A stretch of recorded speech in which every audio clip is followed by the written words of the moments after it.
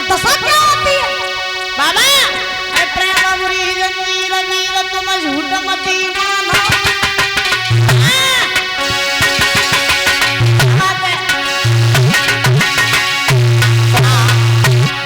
ए प्रेम बुरी जंजीर वीर तुम झूठ मती मानो जतना जात कछुते सबुरी अभी वारी हराम खाना पीना हो गए हराम खाना पीना हो गए और दिन में परे मछेन रात में नींद नहीं आवे हमेशा दिल पे दिल धरेंगे ए हमेशा दिल पे दिल धरेंगे बुद्धि करे न काम कले जो बिन प्रेमी की तरह से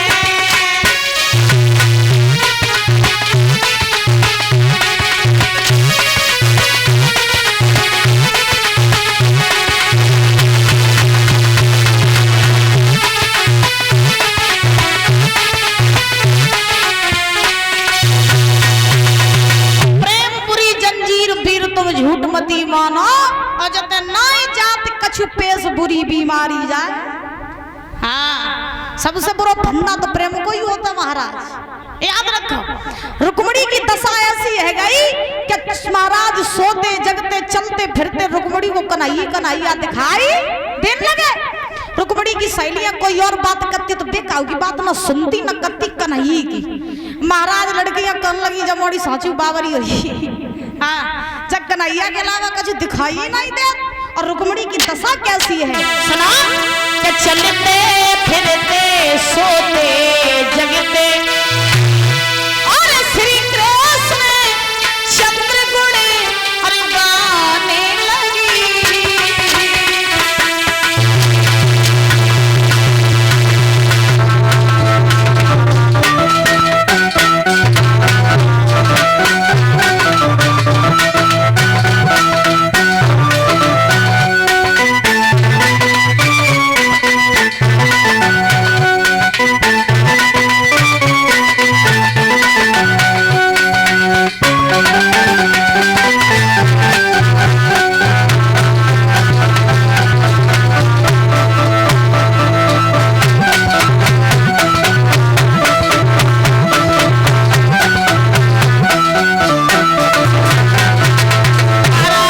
रुक्मणी की दशा ऐसी है कि कन्हैया के अलावा उन्हें न कुछ दिखाई दे रहा हो न कुछ सुहाए रहो।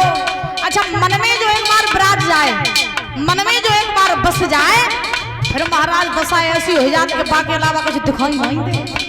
हाँ, ऐसी दशा रुक्मणी की क्योंकि लगन किसकी लगी है कन्हैया की। और महाराज जिसकी लगन लग जाए फिर महाराज सारी दुनिया में वही दिखाई देता है। और जय दशा बिटिया की है सुना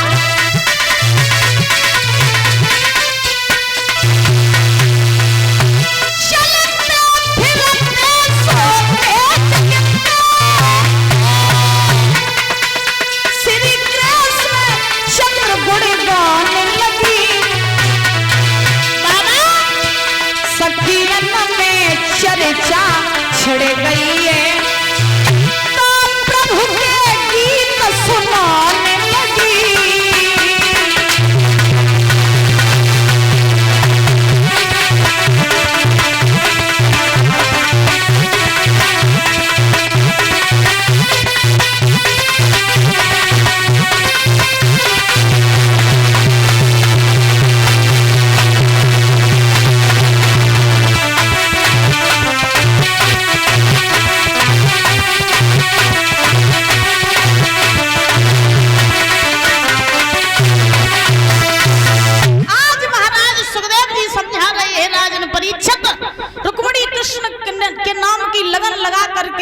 और कृष्ण भक्ति करते करते रुक्मणी जो है वो सयानी हो गई, विवाह के योग हुई। और जब रुक्मणी विवाह के योग भई तो रुक्मणी की जो मैया रहे शुद्धमती बन देखो कि हमारे घर में हमारी बिटिया शादी के योग है तो अच्छा घर और अच्छा वर देख करके बेटी की शादी कर देनी चाहिए। अब घर में बिटिया सियानी हो जाए तो सबसे ज्यादा चिंता घर में माँ को लगती है। क्यों मैया, का बात आज तुम उदास बहुत हो?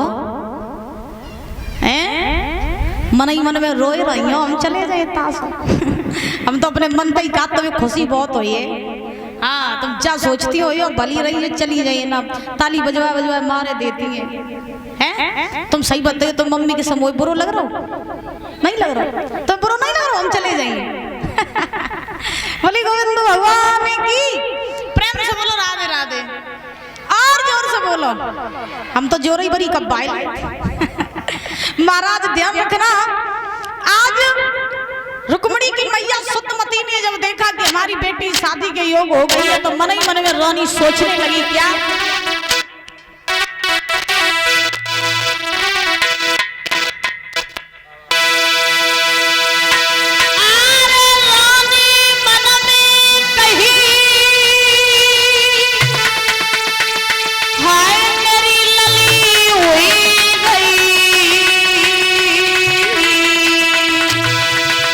बड़ी मेरी सियानी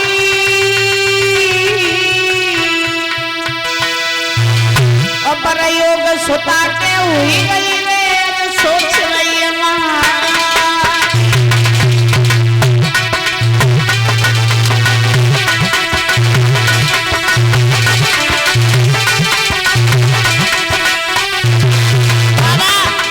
रानी मन मन में सोच रही है, हमारी बिटिया शादी के योग है, अच्छा घर अच्छा बर दे करके बेटी की शादी कर देनी चाहिए। ऐसा ही ना, रानी मन में कही है, मेरी लली के हुई गई सियानी, के हुई गई सियानी, लोग सोता के हुई गई वे, सोच रही है महारानी। एक दासी लई बुलाई कही समझाए, चली निक जारी, मेरे राजा को जल्दी से मैदान में तू लारी।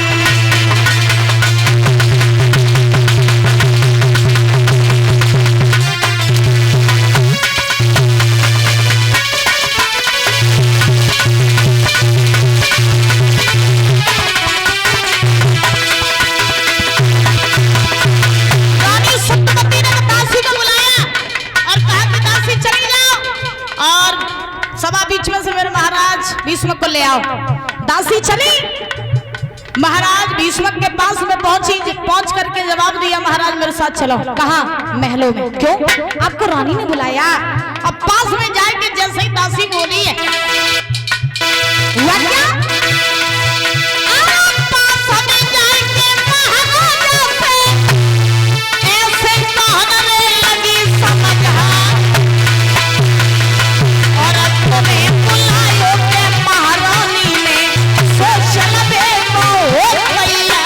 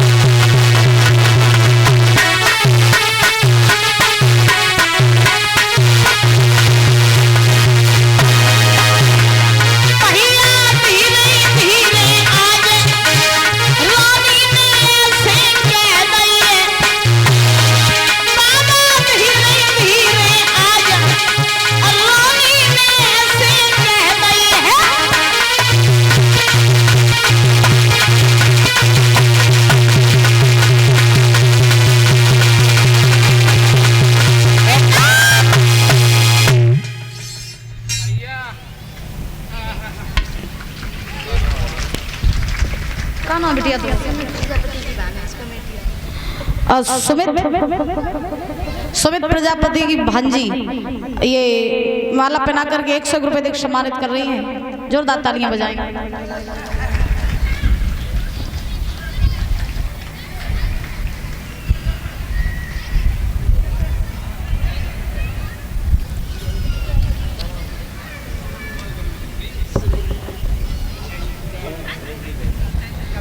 ये सुमित भैया जी की बहन ये पगड़ी पहनाकर सम्मानित कर रही है। जोरदार तालियां बजाएंगे।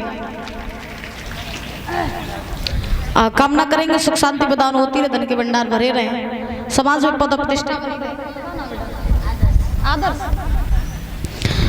और ऐसे ही हंसते मुस्कुराते बने रहे और इनकी हर मनोकामना पूरी होती रही। कामना यही आकांक्षा है। बोले वृंदावन बिहारी लाल की, बोली राधा रानी सरकार की। ये बात जोर से बोलो, राधे राधे, और जोर से बोलो। आज परीक्षा जी बताओ प्रसंग कहाँ चल रहा था, तुम बताओ, तुम बताओ यज्ञपति जी महाराज बोला। 7 दिन हुई इन दोनों जनन ने प्रसंग न बताए पाओ। धन्ना महाराज, तुम दोनों जने जोड़ीदार रही हो। कब भैया भैया हो सके हैं? पंडित जी कहते हैं कि परीक्षा जी महाराज बम्बई रहते। सही बात है, सही बात है। तुम तो झूठी मामी पिया की। बोले गोविंद भगवान की, बोले राधा रानी सरकार की। महाराज राजा भीष्मक जो है ये महलों में आए, रानी शुद्धमती ने आत बहु देखो आसन लगाए दो, अपने पति को बैठा लो, बड़ो आदर सम्मान करो। और सम्मान करने के बाद में भीष्मक ने कही पूछी, बता रानी तुमने इतनी जल्दी में हमें काहे बुलाओ? तो रानी शुद्धमती बोली, और ये आदर से इनकी तरफ से ये 100 रुपए आए हैं। भगवान से कामना करेंगे बल बुद्धि विद्या आयु बढ़ती रहे और अपने माता पिता का नाम रोशन करते रहे। ये सुमित भैया जी की भांजी मान्य 51 रुपए दे रही है। बहुत बहुत धन्यवाद है। महाराज आज रानी शुद्धमती से राजा ने पूछा तुमने हमें क्यों बुलाया? रानी शुद्धमती बोली, महाराज तुम तो सब दिन अपने राज्य के कार्यों से व्यस्त रहते हो। क्या आपको ये पता है कि हमारे घर में हमारी जो बिटिया है रुक्मिणी, बोले हाँ, वो शादी के योग हो गई है, तो अच्छो घर और अच्छो बर देख के बेटी की शादी कर दो। तो राजा बोले हमारी बिटिया इतनी बड़ी हुई है, ब्याह लाए? बोले हाँ। तो भीष्मक बोले हमें तो मालूम ही नहीं परी बिटिया कब शादी के योग हुई, क्योंकि कहते हैं कि माँ बाप के सामने बच्चे कब बड़े हो जाए पता नहीं चला। क्यों परीक्षा जी मारा? हाँ, और माँ बाप के लिए बच्चे कितने प्रधानमंत्री हो जा रही है तो वे बच्चे। तो आज महाराज राजा भीष्मक ने शुद्धमती से कही चिंता ना करो, अगर ऐसी बात है कि बिटिया की शादी करनी है तो हम सभा बीच में जाएंगे और रुक्मिणी के लिए अच्छा घर अच्छा बर देख के बेटी की शादी कर देंगे। अब भीष्मक जवाब तो जानता ही है कि रुक्मिणी को ब्याह किनके संगे होइए, कन्हैया के संगे। लेकिन पहले लोग